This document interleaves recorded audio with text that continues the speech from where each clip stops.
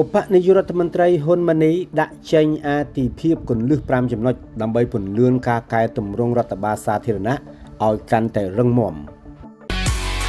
ភេសជ្ជៈបើកម្លាំង Dragon ថាមពលថ្មីចម្រាញ់ពីយិនសិនយុទ្ធសាស្ត្រគន្លឹះ5ចំណុចដើម្បីពង្រឹងនិងធ្វើទំនើបកម្មរដ្ឋបាលសាធារណៈកម្ពុជា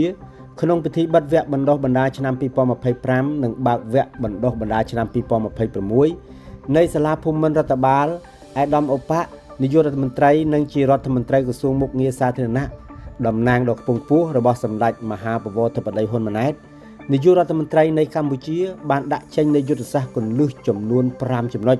ដើម្បីបង្កើនផលិតភាពការងារនិងជំរុញការកែតម្រង់រដ្ឋបាលសាធារណៈ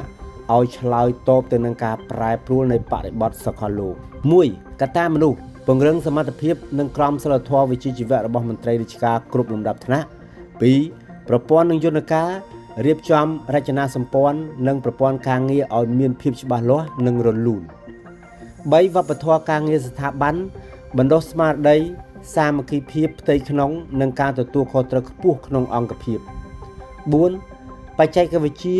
ធ្វើទំនើបកម្មប្រព័ន្ធការងារតាមរយៈការប្រើប្រាស់បច្ចេកវិទ្យា Digital 5. ហេដ្ឋារចនាសម្ព័ន្ធគាំទ្របំពាក់សម្ភារៈបរិក្ខារនិងរៀបចំកន្លែងធ្វើការ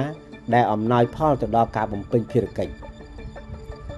អាដាមឧបនាយករដ្ឋមន្ត្រីបានសង្កត់ធ្ងន់ថាក្នុងស្ថានភាពដែលពិភពលោកកំពុងប្រឈមនឹងភាពតានតឹងផ្នែកភូមិសាស្ត្រនយោបាយ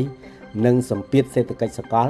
កម្ពុជាចាំបាច់ត្រូវពង្រឹងកម្លាំងផ្ទៃក្នុងនិងធានាឲ្យបាននូវសាមគ្គីភាពឯកភាពគ្នាដើម្បីបង្កើតប្រព័ន្ធរដ្ឋបាលមួយដែលមានភាពធន់និងរឹងមាំទន្ទឹមនឹងនេះឆ្នាំ2025ត្រូវបានចាត់ទុកថាជាចំណុចរបត់ដ៏សំខាន់ក្នុងការតម្រង់ទិសឆ្ពោះទៅសម្រេចបាននៅចក្ខុវិស័យកម្ពុជាឆ្នាំ2050តាមរយៈការធ្វើកំណែទម្រង់និងធ្វើទំនើបកម្មរដ្ឋបាលសាធារណៈឲ្យคล้ายជាប្រព័ន្ធសហការគ្នាតែមួយប្រកបដោយសក្តានុពលក្រោមស្មារតីជីវភាពនៃប្រព័ន្ធតួអង្គតែមួយខ្ញុំប្រុសក្មេងពី LTNG News